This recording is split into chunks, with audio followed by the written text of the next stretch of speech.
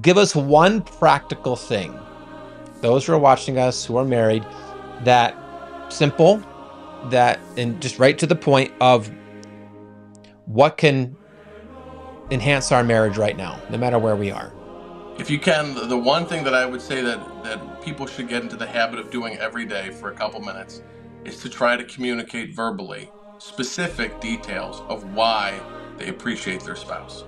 Because that helps to build patterns of fondness and appreciation that are lacking in most of our relationships, because people forget to communicate these things. And our brains are actually, they're built to detect being not genuine.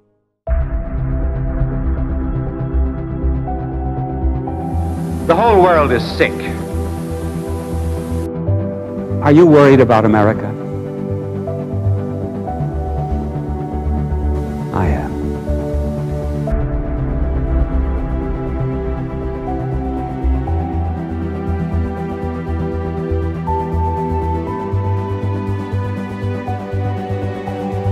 Believe the impossible and you can do the incredible.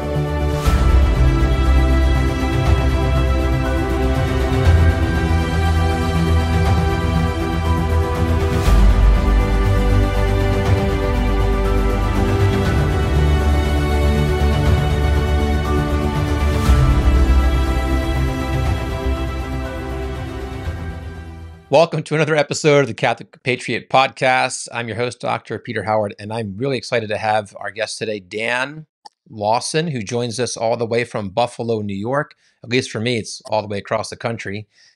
And, well, I'm just going to put him on the screen right now and get him introduced to us. Dan, if you don't mind, I'm going to go through your bio. It was really concise and well written, so I don't really go off of any script, but this was well done. And because it's very precise and a great launching point, I'm going to introduce you this way. So Dan holds a license to practice mental health counseling in the state of New York. God have mercy on him there. I can imagine the business, where he has been practicing psychotherapy for over 15 years. Currently, he maintains a private practice in Western New York, where he lives with his wife and 7 children, and primarily serves Catholic marriages and families. He works to effectively combine his faith with psychological training to provide therapy that is deeply rooted in Catholic theology and philosophy. After seeing so many struggling marriages benefit quickly from the simple principles employed through his practice, he decided to create Hearts Renewed, a step-by-step marriage program designed for married Catholics to transform their marriage from the comfort of their home. In addition to his private practice and online marriage resources, Dan hosts the Smuggling Hope podcast, designed to bring Catholic counsel to the community, invite listeners into therapeutic conversations, to navigate the current landscape of family, faith, marriage, mental health, and growing cultural concerns. So his new episodes for his podcasts are released every Wednesday. With that, I'd like to introduce Dan and welcome you to our podcast. Well, thank you, Dr. Howard. This is a great opportunity for me to join you. So thank you. I'm very grateful for the opportunity today. Excited to talk about all the things we got in store. Well, we got introduced the first time by being on your podcast. I don't know how many months ago that was. Was that 3 months ago, maybe 2 or 3 months ago?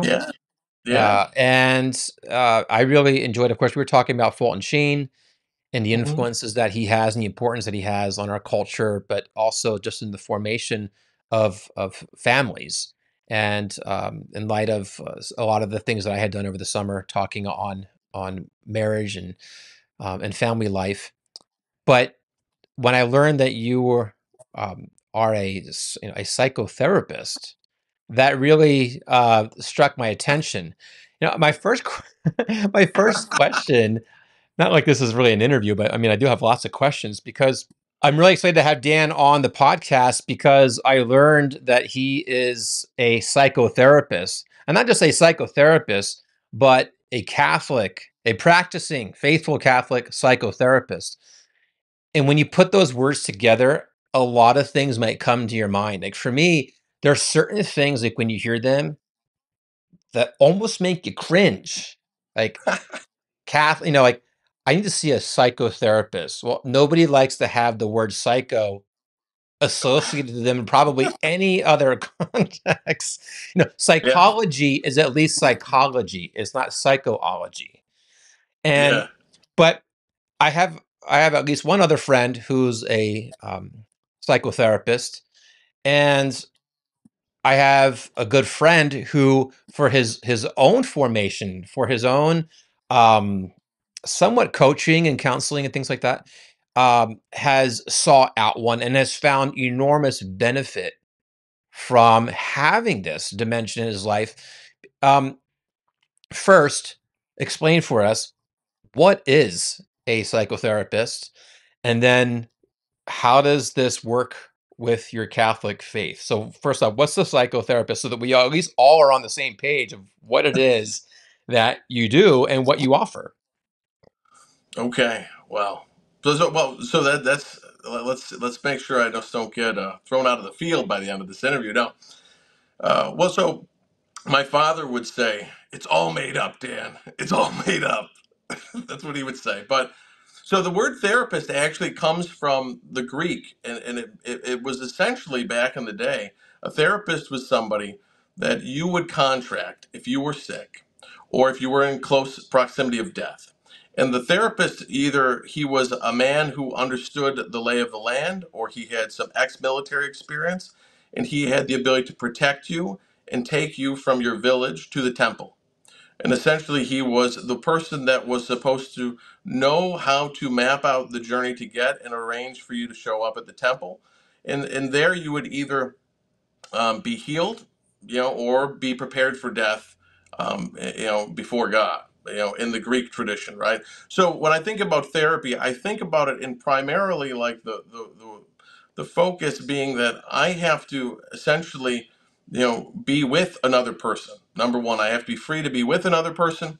I have to have, principles of reality to be able to navigate in the world, but also to be able to ask the right questions, to help my clients, to help the people I work with move towards the person that God has designed them to be, which is very different, right? Than just, you can be whatever you want, or I would say my field at conventions, people always, will bring up, especially if it's not a therapy or a psychological convention, they'll bring up, where is the Antichrist? And I always joke it's probably coming from my field, right? Because therapy in general, psychotherapy, psychological training, clinical psychology, there are very good people in the field. And there is also a movement, again, of like Gnostic spirituality, this whole idea. Because, like, people in my field, people that do counsel, they have both authority, and they also have, I think one of the other dangers, not just the authority, but they also can bring you into the self, right? If you're not careful. And so, as a Catholic person, right, I would say that Christ informs like the questions that I ask my clients. And primarily, I look at the way I operate is asking better questions, and essentially allowing my clients, to have, if I ask the right questions, they get a different experience of life. And I can explain more about that. But as a Catholic, it's Christ that has to be the one that informs my decisions about what I choose to ask, and that at the end of the day, whether the person is aware of my religious view or my relationship with Christ or not, I have the obligation. I either move people towards Christ or I move them towards something else. And so, the way that I look at like pretty much all of this is that, if I'm going to be, inviting people anywhere, I have to be inviting them to be with Christ, not to myself as the expert, not to be myself as the authority even, because then that's not what they're created to be. They weren't created to please me. They weren't created to please whoever their lover is. They weren't created to please whatever the world says. They were created to be perfectly in union with Christ, whether they even know who He is. So primarily, like, my work it has to be informed through that, right? Through that relationship, and just like, I guess, just like a really great recipe for cookies, if I have a really great recipe of cookies that my grandmother gave me, Many people may enjoy the cookies, but they may not know my grandmother, nor do they have to understand or know my grandmother or spend time with her in order to enjoy the food. The same way is that Christ informs all of these dimensions of my work, and yet they may not necessarily, have at the present time full acceptance of who Christ is or the Catholic Church. It does not suspend the goodness of the Catholic Church, does not suspend the truth or the beauty or even these principles from affecting and creating change in people's lives. And so that's my long-winded answer, I guess, is like to combine the two. But again, I'm not the destination. The world can't necessarily be the destination. But with my clients, I have to travel with them. But I'm not the one who does the healing.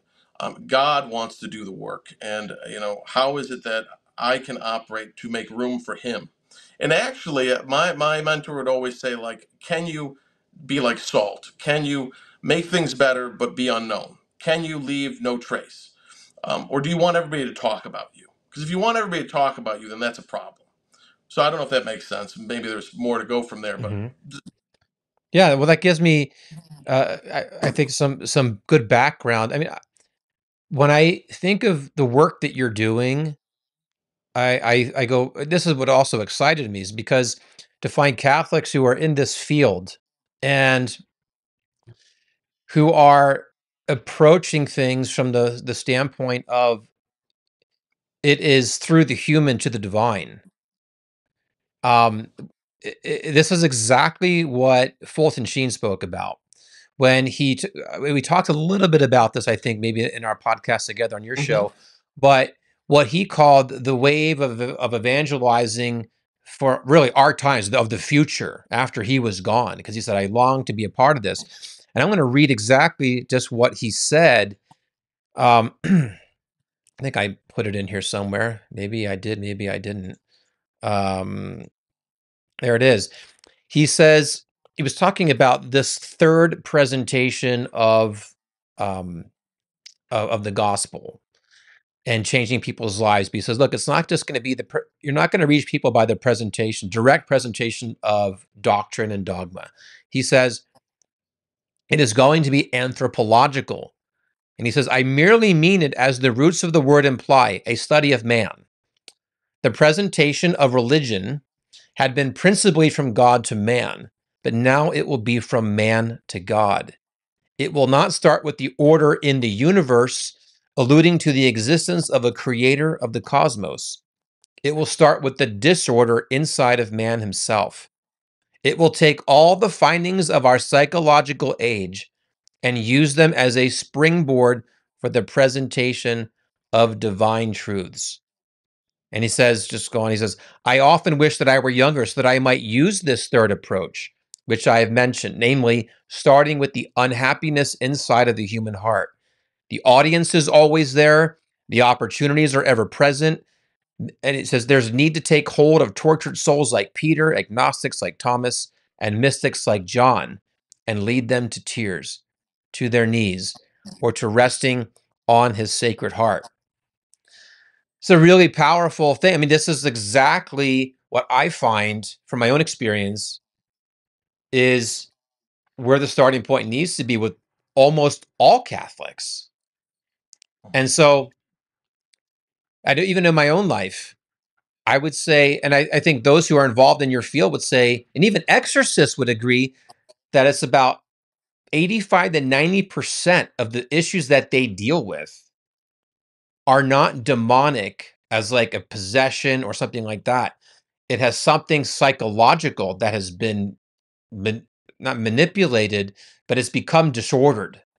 And we need to look at that. Now, the devil can influence these things, but we live in an age where, at least with Catholics, it's almost too easy to dismiss. Well, the devil's making me do these things. And I just need spiritual direction, or I need some deliverance prayer. I think we absolutely need those things. But it's often a cop-out of there's things of myself that need to be fixed that I have to fix.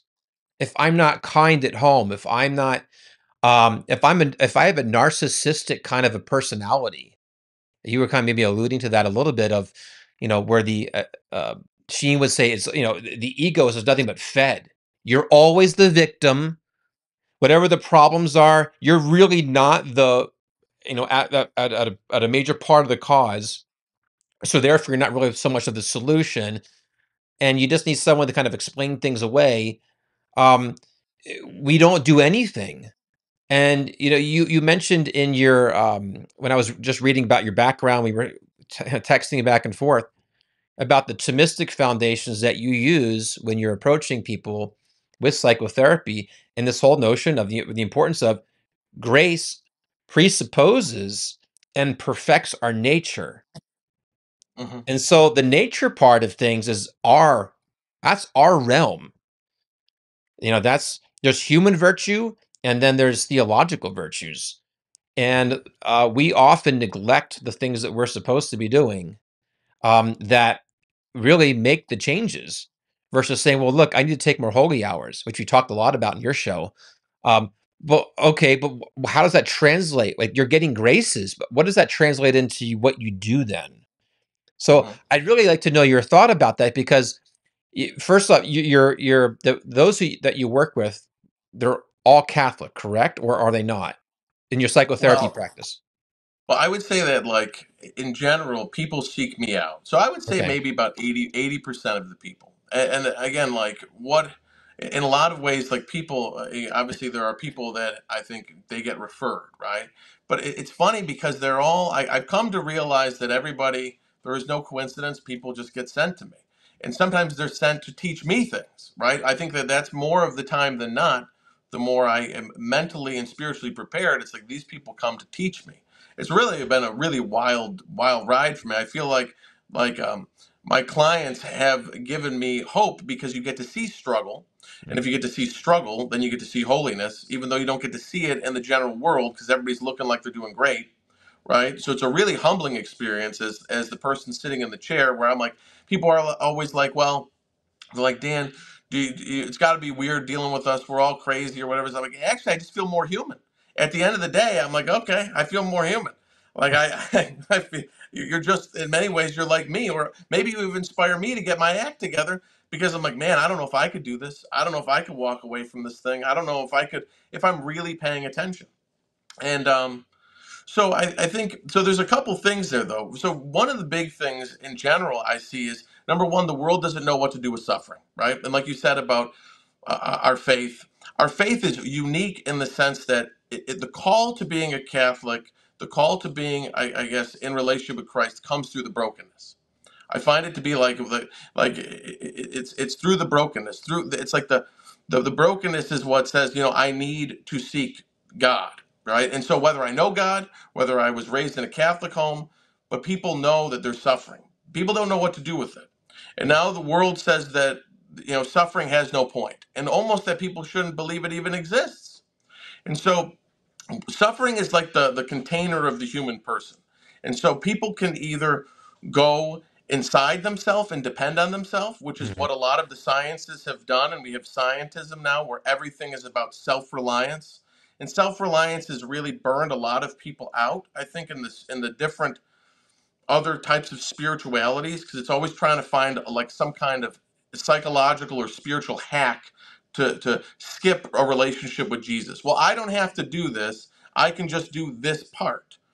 But it's weird. I always see that as people try to escape Christ, if they've met him or he's wanted a relationship with them, he's a stumbling block, and I can talk about that. But because he wants to be known by people, he wants to be known by people. So either suffering makes people go inside, or it makes us start to grow in dependence of God and reach out to him.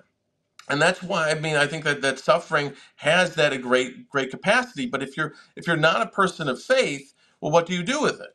Well, you just either have to accept it. I mean, the truths of Buddhism, I guess, if you study the Buddhist movement, or the Buddhist faith or philosophy, and there are many wonderful people who practice that. But Buddhism says we must just try to increase in acceptance.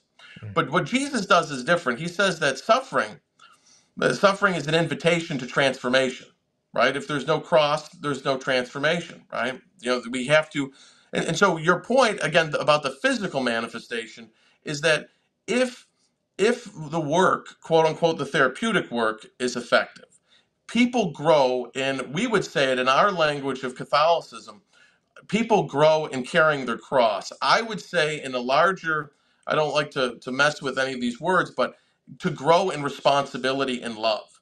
If people grow in responsibility personally to their physical health, their spiritual life, their financial well-being, their community, that creates harmony. And so I look at sanity, mental sanity different. I think like when you study Fulton Sheen, I think Fulton Sheen was a genius about a lot of things. It's a shame he didn't live 300 years, because then he would have probably taught us all what we needed to learn in psychology. But unfortunately, God didn't make him the Highlander. So, but he did give, like, he gave profound, all of these saints, but they gave profound wisdom that they just keep passing this to us. But this whole idea that, we must take responsibility, and to have sanity is to have harmony in myself with God and with myself, and then with my spouse or my children, and then my community. Because if I don't have harmony, I'm a lunatic. Like, right? If I'm not in harmony with God, then I'm paranoid. Then I think everything bad is happening to me. Then I become a victim. Then my whole narrative of my life is that life is happening to me. And so instead of it being a love story like the Bible is a love story of God's love for us. Everything is like a nightmare. It's this calamity of hopelessness. And so what do we see in young people? We hear them talk about hopelessness, dependency on their parents, if not their parents, the government, or blaming multiple points. And it's not because they're bad, and it's not because of like one specific factor. But I do think that when we look at what Christ invited us in, like, in his earthly life, and what, I think Fulton Sheen promoted, what you and I talked about, is we have to grow in whatever it takes to grow in responsibility to our life, because responsibility produces purpose. And so if you look at a little kid, and the kid doesn't understand how to take responsibility for the dishwasher, or they don't know how to clean their clothes, or they don't know how to be honest when they've screwed up, there's anxiety, or this nervousness, right? And Fulton Sheen, I love listening to what, like, a lot of his audios about the psychological dimensions, because there is, again, there is just existential truth that supersedes just one perspective. These are in stories, these are in metaphors, and in the myths, throughout all of, humanity. So I think at the core, if we are doing quote unquote therapeutic work, or if we're moving towards conversion, right? Or whatever we want to call it, we are taking responsibility, and we're doing what is loving. And again, that movement of responsibility and love moves us out of the competition with the rest of the world. The rest of the world wants to fight about politics. The rest of the world wants to fight about all this stuff. The Catholics, we have to take responsibility. We pick up the cross. We don't make it heavier. You know what I mean? And I think I feel like, there's a danger, though, where we can become lost in a lot of things that are beyond our pay grade, so to speak, things that we don't understand, especially about, just the complexity of the situations in the world, especially with people. So I don't know if that makes sense, but I always think of, like, recovery or healing or whatever we want to call it, is this responsible? And that's a huge component, if we're to kind of, I think, do what Christ said, do what it is that Fulton Sheen instructed people to do, like you've talked about. Mm-hmm. So are you saying that the greatest obstacle or struggle issue that people are having is a sense of a lack of purpose in their life? Because you were talking about responsibility and purpose. And you could also flip it around, is that when you have your purpose, you have a responsibility to live that out. And this is where I find, when my wife and I entered more into like the entrepreneurial world, we stepped out, we were all in the Catholic lens, we were serving the kingdom and all that. But the principles to actually move us to accomplish what the mission was were largely human principles. Like, I come first as a theologian. So God is my ultimate, compass, where I'm going, but how I live my life on earth are the human, the practical skills that we're often not taught, and it can be paralyzing. And then that paralysis then leads to unfulfillment, and then unfulfillment then just kind of brings us down the spiral um, of purposelessness, I guess you could say. And then you're back on the conveyor belt just to survive. And yet, when we were into this world, we listened to people who perhaps didn't have much faith at all, but they were, what kind of what you were talking about. There's this looking into, like, what are the limits of the human being, the human person, and this other world of these entrepreneurs are all tapped into that, and they go to a point, like where it can become the religion themselves, where they find these things that ought, or they discover things that are true, but without an ultimate orientation, it keeps them on a certain plane. But then Catholics look at that and say, well, look, they're overemphasizing things. And so I want to avoid that, because then that's like a Pelagianism or something like that, where it's all about you. Yeah. But then, like, our faith is being a Christian is full of paradoxes.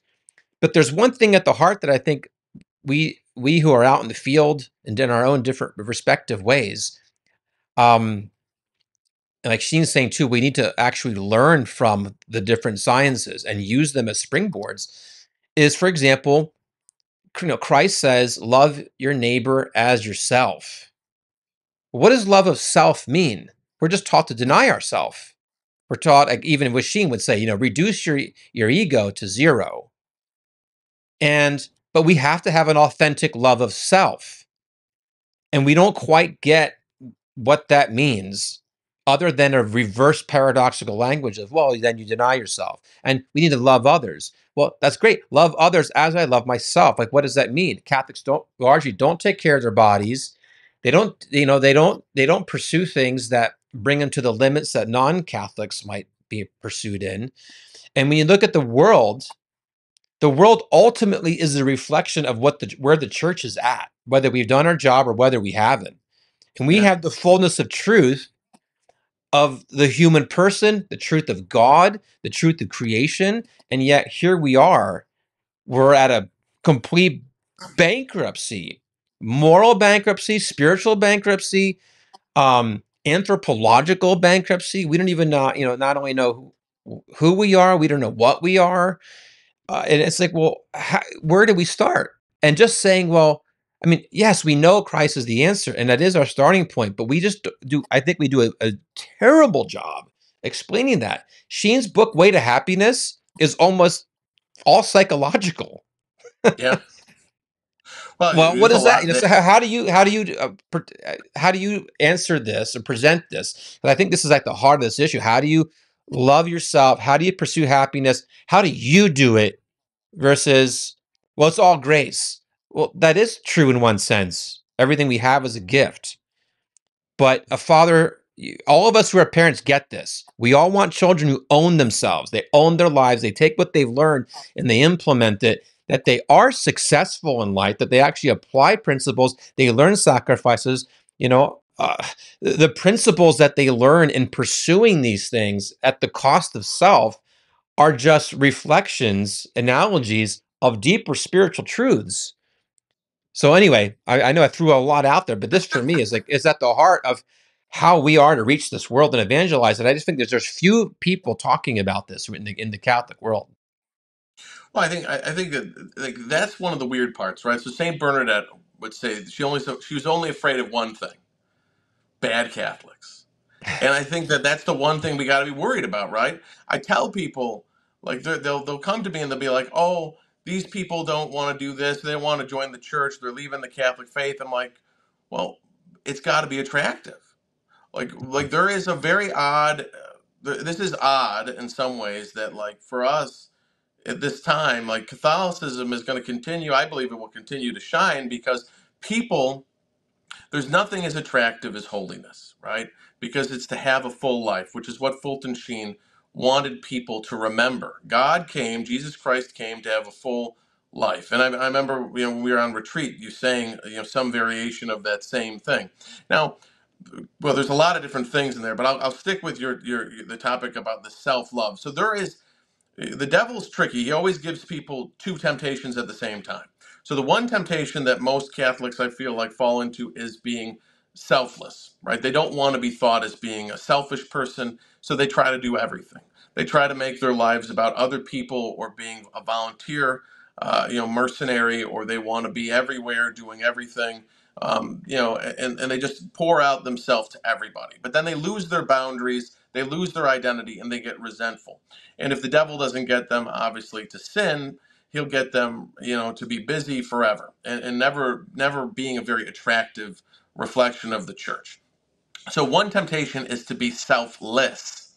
The other temptation, obviously, now that we're completely burned out from saving the world, which is, again, something Jesus Christ already did, is now we become selfish, which is the other thing that we despise, because as a Catholic, who wants to be told that you're a selfish person? I mean, it's somebody that almost makes us, sick. And so what is the middle path? And I guess the flag I would point, because I haven't seen anybody else, put this wordage or this verbiage on it, is to be self-full. And maybe there's some terminology for it. We talk about holiness. We talk about, Matthew Kelly talks about the best version of yourself, whatever. But you need to be able to deliberately make yourself get engaged in processes that help you to become the greatest gift you can be while you're here. And so there's a lot of things that get in line with that. But one of the big things that most Catholics are cut off from is appropriate sense of desire, right? They're cut off from what's alive in them. And so what makes you alive will make you want to sacrifice. And if you want to sacrifice, the more you sacrifice and grow in virtue, the more that you're going to grow in holiness. Now, a lot of people do it the wrong way. They don't know, they're afraid of the wrong things, and they're so afraid of, I guess, what the world thinks, that they sacrifice, and their whole lives are patterned to please something that doesn't exist. And they still sacrifice, but they sacrifice for a God that isn't Jesus Christ, and their life becomes smaller. It becomes all about their money. It becomes all about their name or their fame or their accomplishments. And instead of their life being bigger, instead of like them expanding, their lives shrink. They don't have room for their children or their spouse or the community or other people. It becomes very fixated. And so I think that the self-full nature, like this decision to engage in these natural processes, these natural habits of virtue setting, they will help us, and they continue to help us be greater gifts to our spouse, to our children. But if we don't have possession of ourselves, right? So a key component of this is discipline. If I don't have possession, I can't show up and give myself as a gift. And so then, like, my life and even my dreams and my desires humiliate me. Now it becomes depressing because at the core, and Fulton Sheen talks about this, it is like I am not in possession of myself. My passions have become unruly. I drink too much, or I say too much, or I have no custody of my eyes, or I have no control over how I spend money or how I eat, or I like laying in bed too long, or I'm a rageaholic, whatever it is. So we have to be honest. And I think that that's one of the things that therapy offers people. I mean, but I would say that, hopefully it offers people a place where they can be honest. But again, ironically, like when people start being honest, it's super important if they're Catholic, it's time to go to confession. I always joke with people, like, you're going to get way more out of confession than coming to me if you're Catholic and you can get that grace. But when you go, like, if you think about it, like from this movement of self-full, if you're a Catholic and and you struggle with sin, it's a good thing to reflect on is before I go to confession, what do I want to be there instead? Because that's the thing I need help with from Christ, so that I leave confession. Yes, I've confessed my sins, but the contrition gave me direction to start doing things that make me a whole person. So what do I want instead of lust? What do I want to be there instead of anger? What do I want to be there instead of deception? What do I want to be there instead? Because those are the things that I need to get positive discipline over. And that way, like, as I increase in love, I will decrease in the space for sin, but I also will become less afraid of giving myself as a gift. And the more I am less, the more that I'm not afraid, the more people become drawn to that. They can tell, like, I'm not playing by the same rules. And so a lot of people in the entrepreneurial section, we've talked about this before, is like, as Fulton Sheen said, like, when the church drops something, the world picks it up. And I think the entrepreneurial people have picked up a lot of things. But one of the things that people forget is, when I look at entrepreneurial people, whether it's on TikTok or whether it's on Facebook or Instagram, we are drawn to the dream. We see this person with this fancy car. And so the desire is something we need to check in with. What is it that I desire? What is alive in me? And I talk to people about this, and I teach them how to talk about these things in their marriage, and elicit these conversations with their kids, or if they work with, they have their employees, to talk about that. Because people will sacrifice for things, but oftentimes, like, people forget sin and desire on, like, the same wavelength, in the sense that, sin oftentimes has to do with us trying to fulfill our own desires and not really trusting in God. It's like, we're just going to make this happen, and then we blaze a trail, and it's pretty terrible. So that's a huge thing, though, is this self-fullness, this self-possession, but it needs to be connected to what is alive in me. What is it that I desire, that if I suffer for, that I will become more like Christ?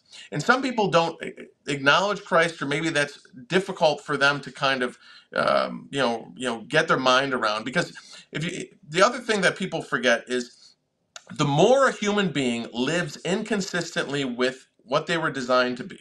So this is aside from theological revealed truth from the church. So we just take Joe Schmo, and Joe Schmo doesn't know Jesus Christ, and he tells a lie, or he overeats, and or he drinks a liter of vodka, lies about it, and has a gallon of Haagen-Dazs, and he lies about it. He tells nobody about it. His confidence goes down. Every time we do things that are inconsistent with the person we want to be at the end of our life, our confidence goes down. And so a lot of times people forget that, it takes sometimes a bit for us to go through this purgation, right? As the saints talk about, like, of really, like, putting love where there was so much sin, so that we can start to, see the image of Jesus in ourselves, see the image of God in us. Because oftentimes, like, we can't see that image, and so those spiritual realities we push away. And one of the things I loved most about one of the things that Fulton Sheen said was, that atheism really wasn't an issue of theology or even philosophy, but it was an issue of behavior. It was an issue of behavior. People were attached to something, but it was going to prohibit them from engaging in higher spiritual realities in a relationship with our Lord. So, man, I think now we're good. Oh, that's all good. Walk us through what a typical journey looks like when a Catholic comes to you, and, okay, let's just say a practicing faithful Catholic. So they pray, they do, they're doing the things, they go to confession regularly. Yeah. But they're going to you, and they're saying, in a certain sense, those things aren't fixing the issues, the problems that they're struggling with a lot. Where do you, like, what is your starting point with them? Because obviously the spiritual part, we're not necessarily, that maybe theological formation is strong enough. Yeah. And now as your psychotherapist mode comes into this, where do you try to take them, or what are your first steps with them? Well, with people, right? So, when I talk about this with people, people don't resist change. They resist being changed, right? And so one of the first things is really, like, when people come to me, like, in general, like, they've got a problem. I don't know what the problem is, but we want to make sure that that person have an awareness of who they are, and to ask questions, that guide them. And again, when I talk about questions, I mean this from a neurological standpoint. When I talk to people about things, I'm activating parts of their brain, and I'm very specific about what I do, which is very different. Because, like, if I activate a memory, just like people talk about trauma recall, but I'm doing it reverse. When you were at your best, what was it like? Tell me about the best, success you've had at work in the last year. Or they come in, usually, let's say someone comes in, they say, I feel terrible. And I will ask them, well, what is it that you'd like to feel instead of terrible? Because I want to know what we're going to be doing and moving towards. We want to be moving towards something. We don't want to, otherwise what happens in therapy is you build a hole. I can talk to somebody for 45 minutes, an hour, ask them questions, and I can have them come to therapy forever because we start with one problem and I can talk and accidentally move into 5 problems, 10 problems, 12 problems. I can become Fraser Crane. We'll be seeing each other. You'll be putting my kids through my grandkids through. It can expand. Because problems, the mind is a problem-solving device. So it's hard to kind of relax that part. So in the beginning, we want to increase confidence, get people to look at when they were at their best, get people to look for the positive anomalies in their life. So if a practicing Catholic, a person comes to me and they're struggling with feeling sad, I'm going to ask them about, they're going to probably say, well, I want to feel happy or I want to have peace. Their language is important. Language is important. Because people listen to their own language. They don't care about my language, right? So I'm super respectful of that. And so I'll ask you, well, when you were at your best, what did you do? Well, it was 10 years ago.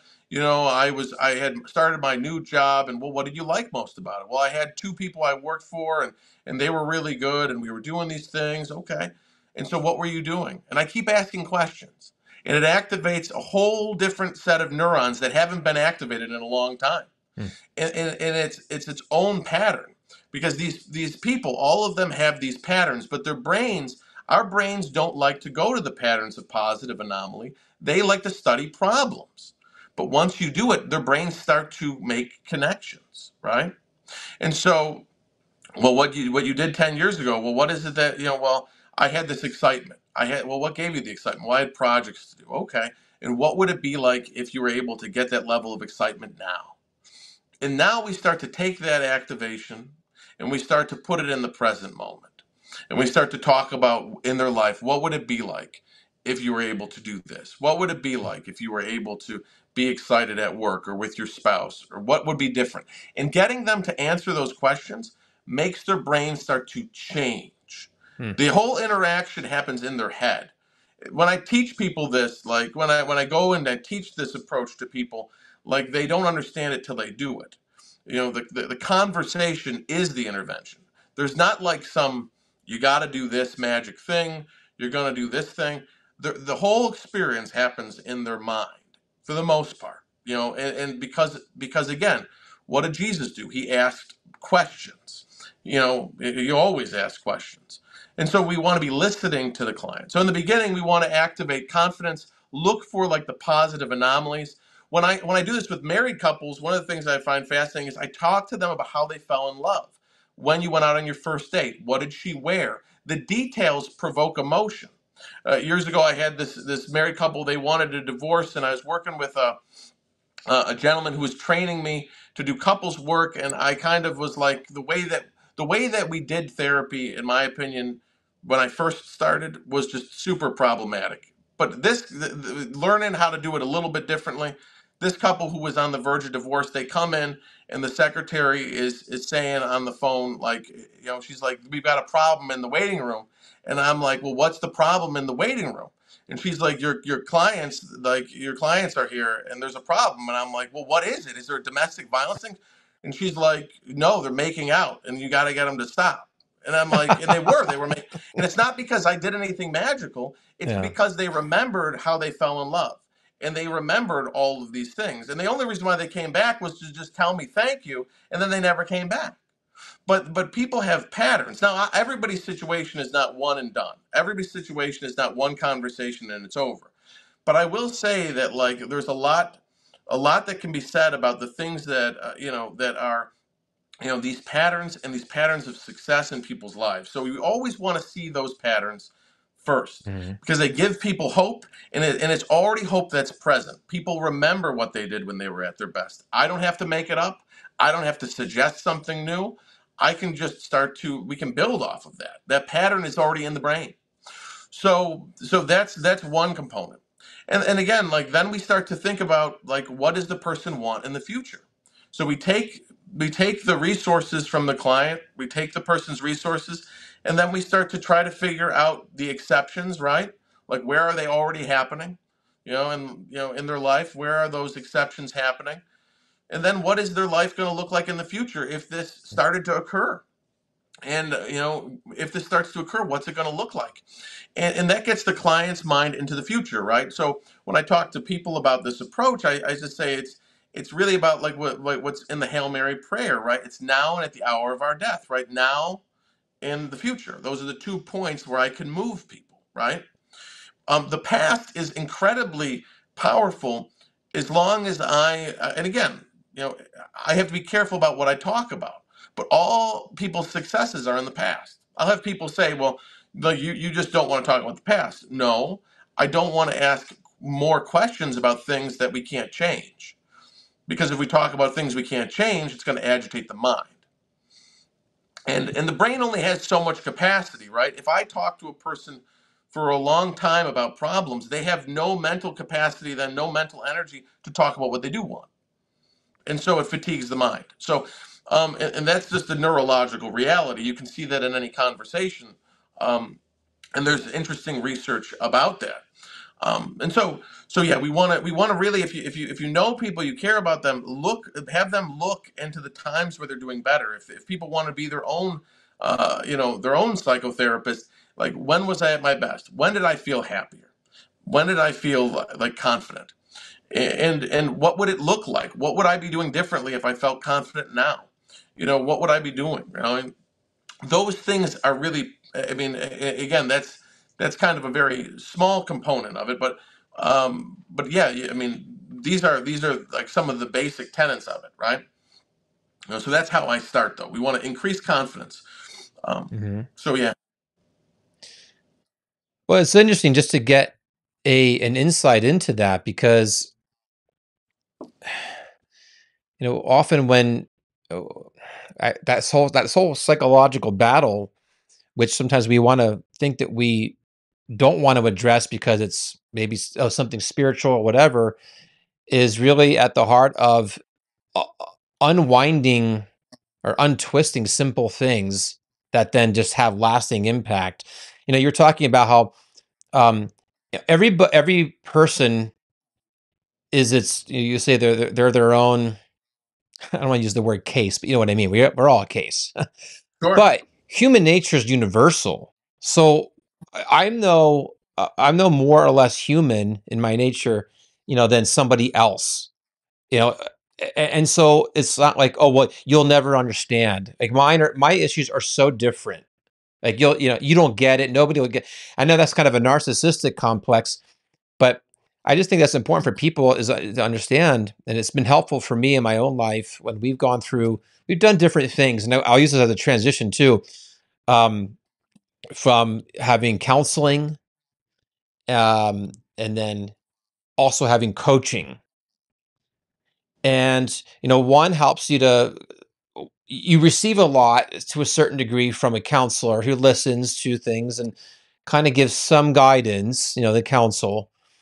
But then I found the greatest change take place when we started going into the coaching mode, or I should say being coached by another, which really it's a very different world. And it's like a crossover of the two. As I was listening to what you were saying, it makes one of the things is, coaches draw it out of you. Like, they ask lots of questions, but it's not just they ask questions like a therapist would. They're asking, like, well, what do you think needs to be done? Mm-hmm. Okay, well, this needs to be done. Okay, well, how are you actually going to begin to move to do that? Like, you're solving your own problems while you're revisiting them versus just, oh my gosh, and at the same time, you're saying the positive things, the emotions, all of these things, which psychology helps us to understand really well, I think, they literally move us out from, that's what the word means, move us out from one thing into the next. Emotions are extremely important, even in the theology of the body. You learn, if you ever listen to Christopher West, and he talks about Eros, and Eros isn't something negative. God created it. They're the rockets. And if we don't have the rockets facing in the right direction, is disaster. But if we take those rockets, the most powerful force that God gives us in our human sexuality, and we have them ordered in the right way, and we nurture them in the right way, I mean, what will happen because of that will just fuel, not just fuel, it'll color, transform, and give life to everything, all the deeper levels of things. So based on that, I want to switch over in our last minutes here to what you founded, the Hearts Renewed Ministry Apostle. I'm not sure how you phrase that, but it is something where you've now taken all of what you've learned, and now you funneled this into something that's directed toward marriages, Sure. primarily, it seems.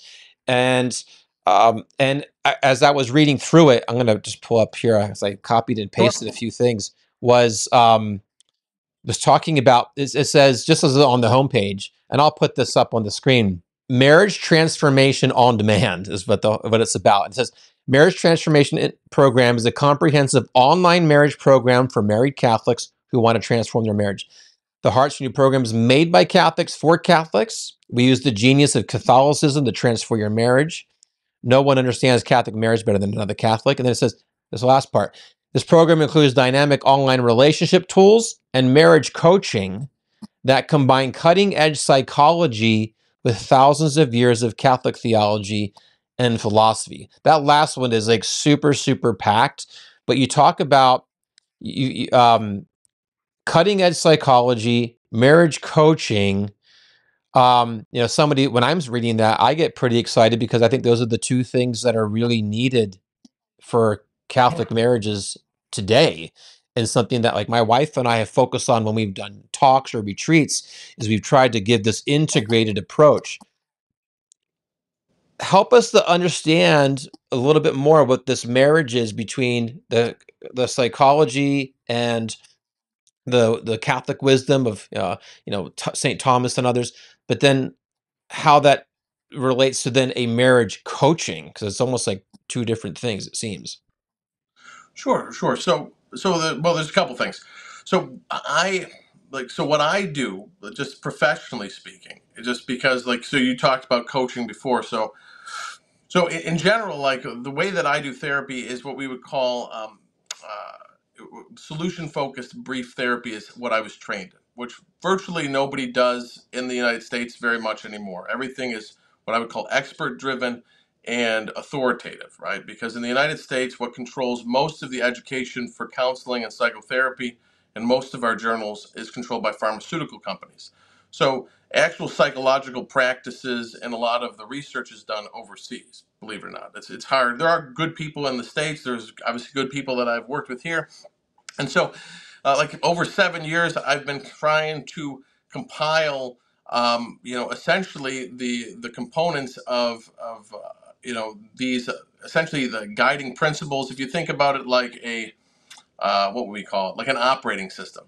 So I wanted to design not just like a series of, like, you're going to do this, you're going to do that, but I wanted to find an operating system to give married couples so that they can connect the dots in their own marriage. So the dots are all things that Catholics can understand, and those things that are reinforced, whether it's theology of the body, the principles, of Thomistic,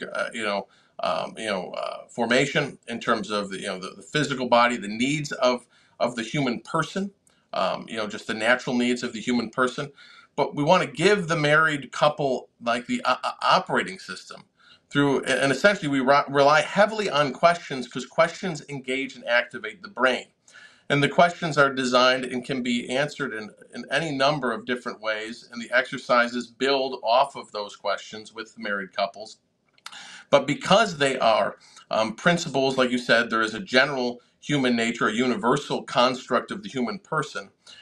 That's why this works so effectively, because it's designed not because of my marriage or your marriage. It's designed for marriage, for people who love each other.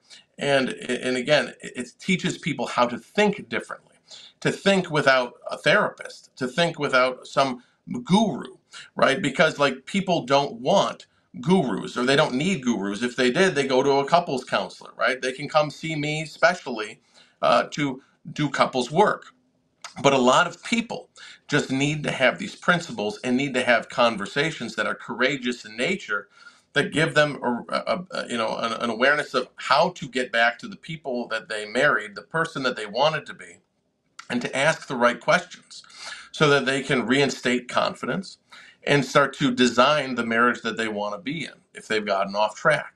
And obviously, like the things that are there are designed for those people to, organically develop these things. And because, again, it's not an authority-based program. I'm not saying that I'm the expert on people's marriages. I'm actually giving them the expertise. My expertise is on how change happens. And so if I teach people about how to make the changes they want to see in their marriage, well, then they can do that. They don't need me. And a lot of the work that I do with people, they do it when I'm not around. And it's very small things. A lot of people don't want to be seeing a third person, right? You talked about like the difference between counseling and coaching. Well, again, it has to do with what people's belief systems are and what they want and what they believe will give them the change. And so if people are open to this, if they're willing to, engage in having these conversations and investing in their marriage, well, then this operating system gives them the conversation and the tools to repair or to essentially, like an architect, design the marriage that you want so that we have really attractive, strong, holy marriages where people are like, there's something different about this couple. It shouldn't just be that they've, they're just some other couple, just as miserable. Their marriages need to be different. These people need to be alive. And so we want to teach them the truth, or at least revisit the truth from the Catholic standpoint and the universal truths and realities. And again, because these things are, again, reinstated by, like you said, like they're in the church, they're through the saints, and then obviously science is relatively new. Science just confirms what the church says. Just real science always confirms what the Catholic Church teaches. So, if it's real science and it really works, it's not going to be inconsistent with the Catholic faith. It never is, right? So when we're doing these exercises, people do them from the comfort of their home. They might do one exercise and say, "Holy cow, I don't need to do anymore." I had a couple do that. They said, "Wow, we went through like the first thing. We had all these questions. We've been married for like almost like 2 decades, and we never had a conversation like that." It's almost like playing a game with your spouse. I think I think that people, if it's a simple thing and it's not risky, at least it doesn't start risky, well, then it's approachable, and people will invest more and more in the relationship. But if it's too heady, if you think you got to be an expert to use it, who would use it? I don't want to use something if somebody's saying like they're. So again, but these are the processes that people do take, and this is the process whereby we can activate change both in our minds and we can operate with our spouse. And so I figure like this is stuff that can genuinely help people. And it again, like it's got its own story that I guess I could talk about at another point. But the bottom line is this stuff, this changes the way that people pay attention. And if you change what you pay attention to, you change your experience of each other, you change the conversations, and you permit possibility. And that's one of the biggest issues in therapy is language. If you don't ask the right questions, you don't get possibility. You get conflict. You get limitation. You also don't get people that want to participate. They want to get defensive. But again, doing this at the comfort of your own home like it's a game, doing it like it's some kind of like date night and have a couple conversations with your spouse, or discover, or again, like you can, it's funny, like I had like somebody say like this experience helped them to like really just individually like understand why they didn't feel confident, right? Because confidence has a lot to do, like I said, with the person that you wanted to be.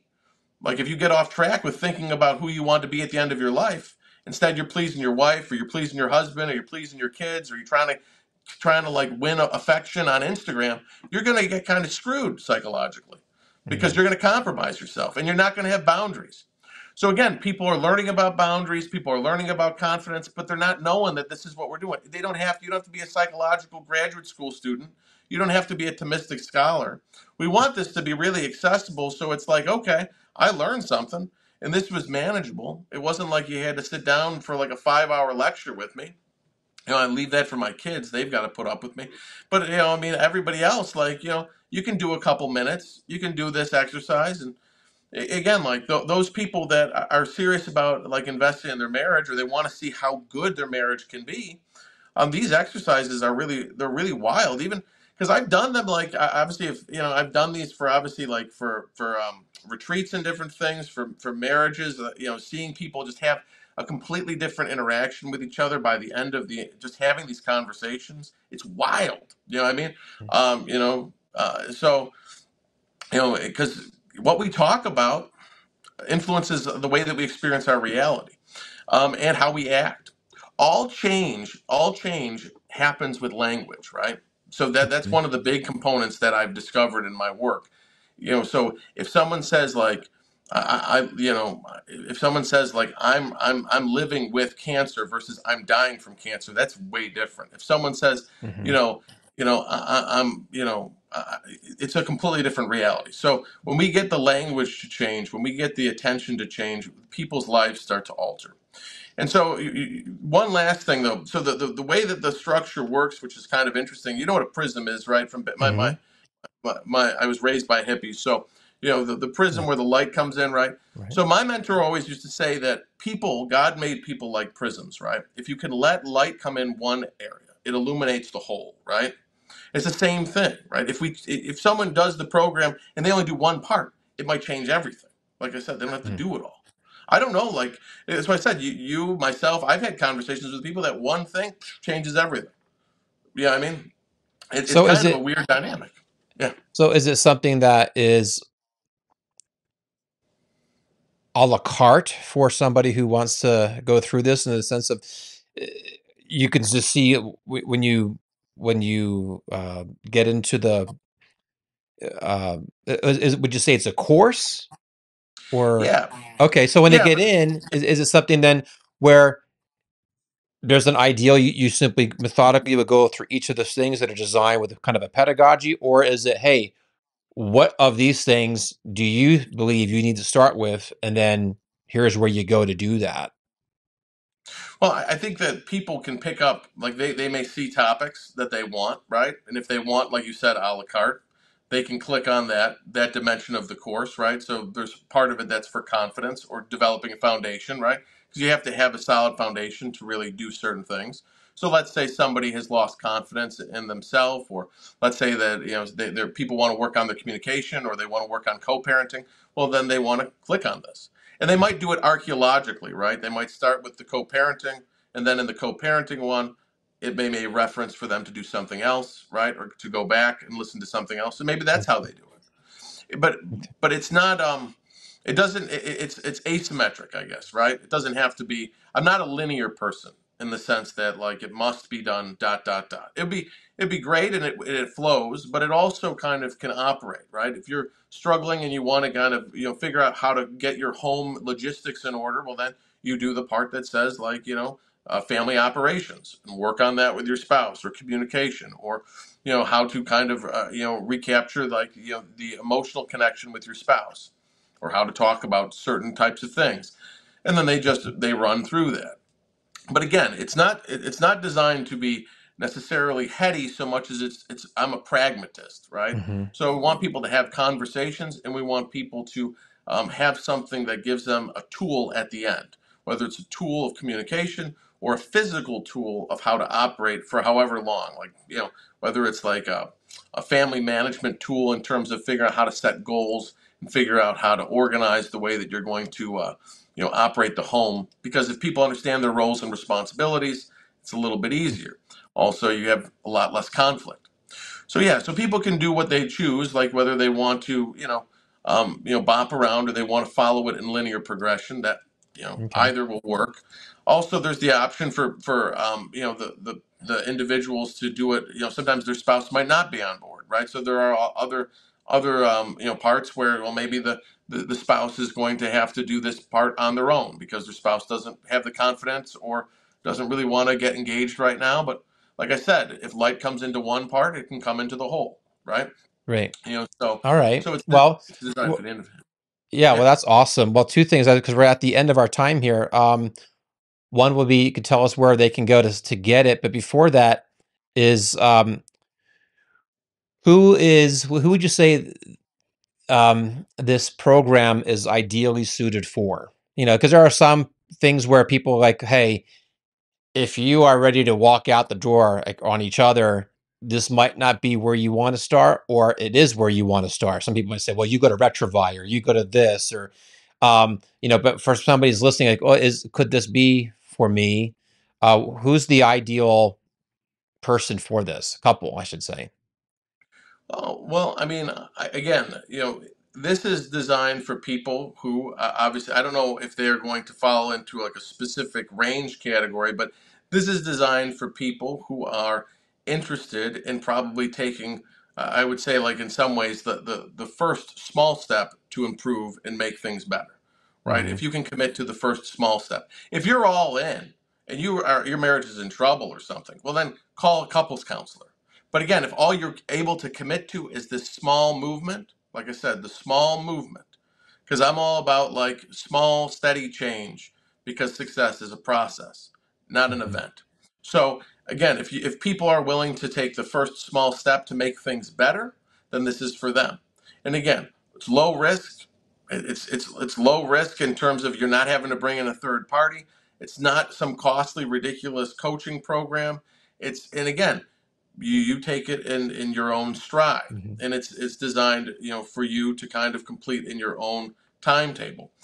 So again, like I've had people that are married, like I said, a couple decades. I have people that are newly married that have been interested in seeing this whole thing in terms of like wherever you're on the spectrum, right? If you're a new Mm-hmm. married person who doesn't know what to expect from marriage and doesn't want to goof it up, I got people that want it from that point. I got people that are a lot of people that are like been married for a while, because again, sometimes they've lost the ability to have that communication and those Mm-hmm. patterns of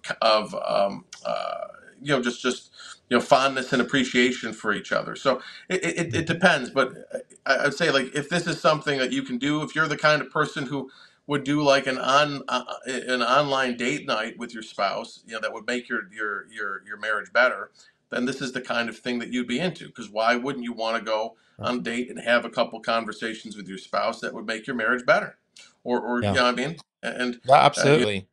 yeah, so very I, minimalist. That's what I am, a minimalist in a lot of ways.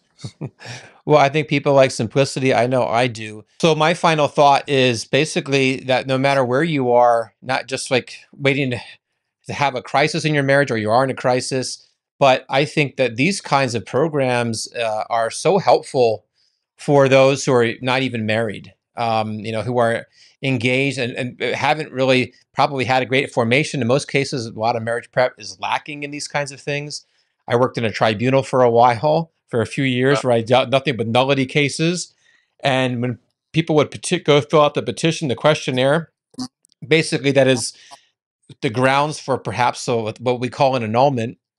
Um, they go through it, and it's so extensive and it's so in depth that they look back and they say, if I had only been asked these questions and presented to these before we got married, either I would never have married this person, or we both would have had to work these things out before we actually got married.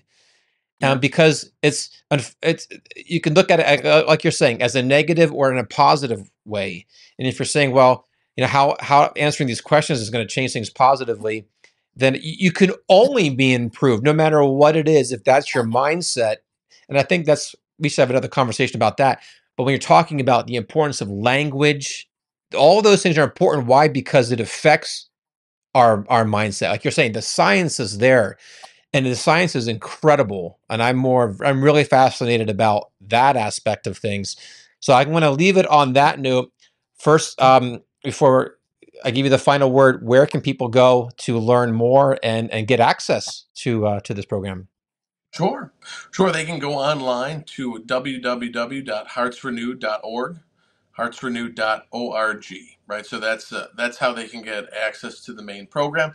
If they find it interesting, like, and they want to suggest it to their parish priest, for their parish to get it, there's a way for their parish to get ownership of the program and disperse it to the parishioners, or even a diocese, if a diocese is interested to use it as well. They just got to reach out and contact us in the administration, and my team will take care of that. So, and if people if they're not completely tired of me, there's always, like I said, I'm going to be doing the podcast again tomorrow. We'll be releasing another episode of the Smuggling Hope podcast and talking about sleep, actually. So, because that screws up people's conversations too, because they're cranky and they don't think well when they don't sleep, right? So, awesome. Well, everybody, make sure you check that out. You can also check out the podcast that we did together. I don't know, a few months ago. I don't know what episode that was. Yeah. I did look it back up not too long ago. That was a lot of fun. But once again, with Dan, you're going to get a lot of practical things that I believe make all the difference. Obviously, keep praying, but it's faith and works, and like I said, grace perfects nature. So, Dan, I want to thank you for your time. I really hope I can have you back again, probably on something. I'd like to choose a specific issue. Now that we have a good introduction to you, what you do, to give people some good snippets of things to munch on that can improve them, and then hopefully they'll also then want to go and check out what you offer from a program standpoint as well. So I'm going to put a little direct, not pressure on you, but give us one practical thing. Those who are watching us who are married, that simple, and just right to the point of what can enhance our marriage right now, no matter where we are. Well, what I would say is, if you can, the one thing that I would say that people should get into the habit of doing every day for a couple minutes is to try to communicate verbally specific details of why they appreciate their spouse, because that helps to build patterns of fondness and appreciation that are lacking in most of our relationships, because people forget to communicate these things, and our brains are actually they're built to detect being not genuine, right? So if I tell my wife I love being married to you, she's not listening to me. But if I say, I really appreciate all of your hard work and I really admire your discipline because you got up super early to do all of this other stuff for our kids, she has to listen to it because there's a detail. It also helps me to build a love story with my spouse. So practicing appreciation to your spouse is important. It also will protect your brain from being resentful and being critical. Criticism is the big thing that shuts us down. And so, try to communicate appreciation. And if you really want to bulk it up, think about what you actually need from your spouse, because that's the other difficult thing, but to say it in a way where there's no judgment. So if I come home tonight and I say to my wife, I really have a desire to be close to you and to be alone with you, but without our kids, because I really just want to connect to you. That's very different than coming home and saying, why are all these kids here? Why is it such a mess? What's wrong with you? Why are you so unhappy? Because my need is still there, but all she heard was judgment. So I guess those are two things that I say are very practical, hard to master, but start with the appreciation, because that really it works us over. So see what you have in your marriage and your spouse. And then the second thing is, think about what's alive in you and teaching your spouse how to love you through your needs. That's super hard though. Get rid of the judgment, right? So I'm sorry. So you can pick one of the two. We got some bonuses in that. And I'm actually thinking wow, I look forward to this one part at the end more than anything. I've just walked away with something that I know I can do and should do. And my wife's her language, probably her strongest one, is words of affirmation. We talk about these love languages, so that speaks to me. Great. Now I'm, knowledge is responsibility, so now I got to do it even more. So hey, that's wonderful though. Hey, Dan, it has been such a pleasure to have you on, joining us all the way from Buffalo. Everyone, go to heartsrenewed.org and check out Dan's program. I know I'm going to be checking it out, and I hope that we can do some stuff in the future. All right. God bless you. Take care.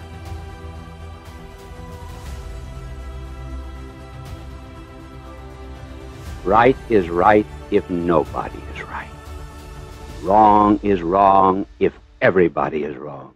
And believe me, in this error-infested world, what we really need is a church and an authority that is right not when the world is right, but one that is right when the world is wrong.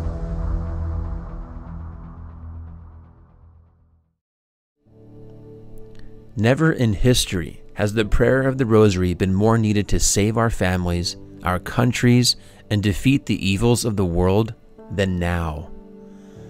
The Fulton Sheen Institute worked closely with the Roman Rosary to develop the most unique, beautiful, and meaningful rosary that was inspired by Fulton Sheen's World Mission Rosary. This special handcrafted rosary continues Sheen's passion to support the mission of the Church to evangelize the entire world.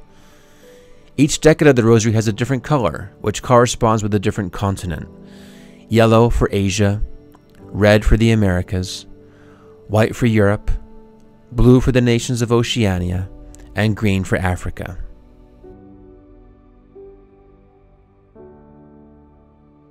Each Fulton Sheen Aroma Rosary comes with a set of 4 pure essential oil blends that have been chosen for their therapeutic and theological significance. These blends correspond to the 4 mysteries of the Rosary. Simply choose the oil for the mystery of the day, drop a small drop in the palm of your hand, and massage the oil over the surface, being sure to catch the lava beads. You're good to go, and your prayer will linger longer with these beautiful aromatic notes. Every Fulton Sheen Aroma Rosary you purchase supports our mission to fight the battle for the hearts and souls of the Christian family and lead our world back to God. So visit the Fulton Sheen Institute's store and pick up your beautiful Fulton Sheen Aroma Rosary today. Get one for you, your family members, and your close friends, and don't forget your pastor. Thank you so much for your prayers and your support.